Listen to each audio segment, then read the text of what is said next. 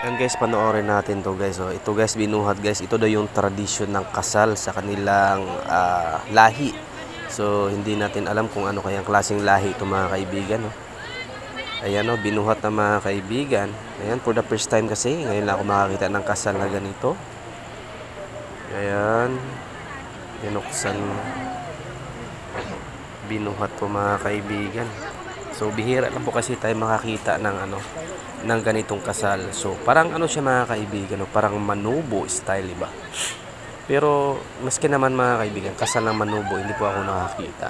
So, for the first time ko ito makakita ng ganitong klaseng kasal. Ayan, panoorin natin to, no? Iba talaga ang kasal nila, no? Kumbaga, tradition talaga sa kanilang lahi. Ayan, no? Napakaraming tao mga kaibigan. Abay dito ay nagpaikot-ikot sila dito sa may nakatumpok na tao. Ayan, pinaikutan nila mga kaibigan. So bali ito yata yung kinakasal. Ayan yung may sa ulo na dilaw.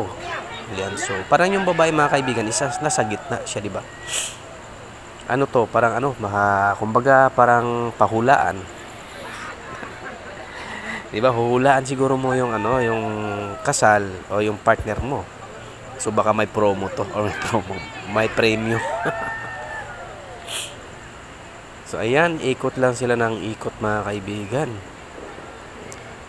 So for the first time talaga, ngayon lang ako nakakita ng kasal na ganito. Bihira lang po tayo makakaroon ng kasal na ganito. So, for the first time. So, ayan. Ay mga kaibigan. So, parang may nakatalukbong na malong dyan sa gitna, no?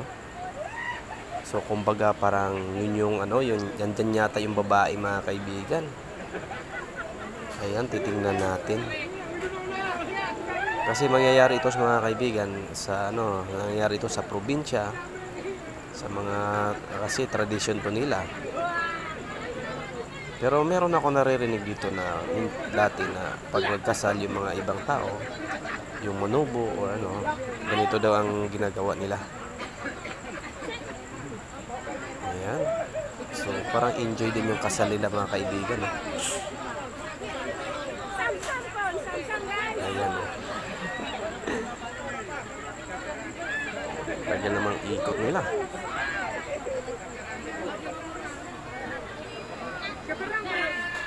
Kakaiba talaga mga kaibigan.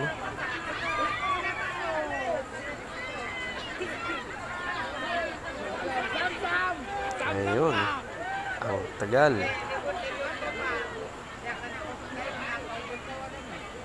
Ang tagal ng ikot nila. Ayun na mga kaibigan. So bihira lang kasi ako makakita ng kasal mga kaibigan na ganito. Kasi kadalasan kasi ngayon sa kasal natin, so sa simbahan, so ang kasal nila dito is nasa kanilang bahay. Ayun ayun yung lalaki nakadilaw, yun yata yung kinasal. So tinatakpan nila. So dati kasi mga kaibigan, siguro lagi-lagi nila itong ginagawa. So dati kasi wala pang cellphone, wala pang nagbi-video. So ngayon kasi pwede na natin siya mapanood. Kasi meron ng mga cellphone, di ba? Pwede na i-video. So ayan.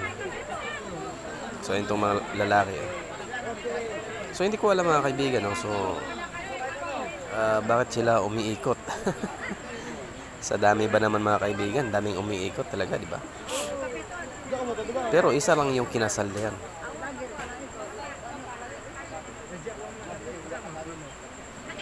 So ayan mga kaibigan. Ayan, tinanggal lang yung isang yung malong. Ayan. Ayun, ang daming malong pala mga kaibigan Tapos ayun, ilang malong yung 4. So ayun, nasa gitna pala yung babae mga kaibigan. So paano na lang kung hindi mo mahulaan yun, di ba? Paano kung hindi mo mahulaan yung babae? So ibig sabihin may yun bonus round. Parang ano, kumbaga may penalty ka dito pag hindi mo nahulaan yung babae. Kasi marami palang babae doon nakaano si lalim mga kaibigan, hindi lang isa. Dalawa ba ata, tatlo. So pag nahulaan mo siguro yung aasawahin mo doon, siguro lang ano yon. Kumbaga walang penalty pero nahulaan mo yung ibang tao, mali yung na ano mo, baka may penalty. Ayan, nakaupo na yung kasalin. Nakaupo na yung ikakasal. Ayan ang mga kaibigan.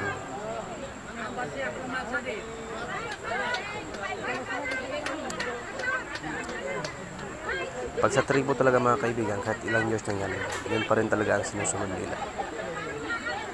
Kasi yun yung ano yun yung mga habilin ng mga ninuno nila mga kaibigan na hindi nila pwedeng baguhin. So ayan o. Ayan na, naghaharap na yung babae at saka lalaki. Ayan. So alam ko mga kaibigan, itong tribo na to is napakasilan po dito. Sa tribo na to, bawal ka po humawak ng babae. Kasi pag nakahawak ka ng babae, diretso kasal po talaga daw kayo. Yun ang narinig kong sabi-sabi. Kaya kung magjowa kayo dito sa tribo na to, kailangan long distance kayo lagi. Hindi kayo pwedeng mag-ano kasi yun nga daw sinasabi nila dito na pag naghawa ka ng babae, lalaki ka, nakahawak ng babae, automatic kasal yun. Pag mahuli ka ng ano nila, ng mga kumbaga parang ano, parang pastor, parang ganun.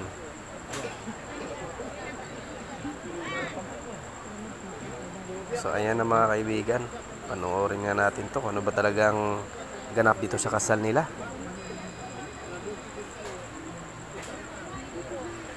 Ayan. So ito ano to sa gilid, parang ito yung mga pari nila mga kaibigan. Di ko alam kung anong tawag sa kanila dito. O ito yung pastor.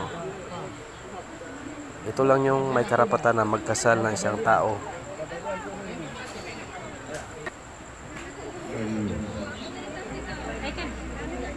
Ang dami mga kaibigan. Ayan, siguro I think yan yata yung nanay ng babae. Ayan, ayaw niya magsalita.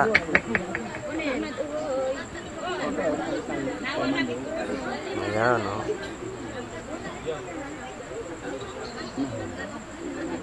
So, wala talaga tayong magagawa dyan.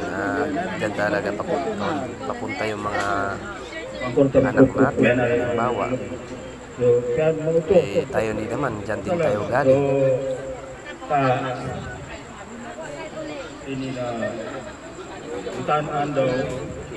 So, hindi man pwede, hindi tayo mag-asawa. Habang buhay. So, ayan naman kaibigan. Ito yata yung pastor nila or pari-pari nila sa kanilang ano. So, ito yung may karapatan na magkasal mga kaibigan. Padayon ko katulaman. Ayan, tapos na. Bilis naman.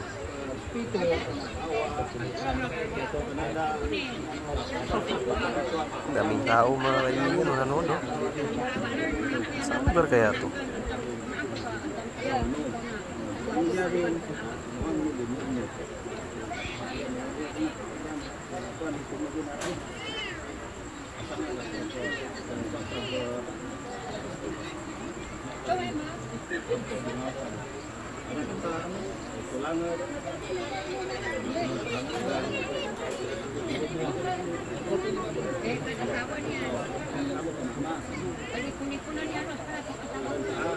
Yan, parang pinagpapayuan sila bawat isa mga kaibigan.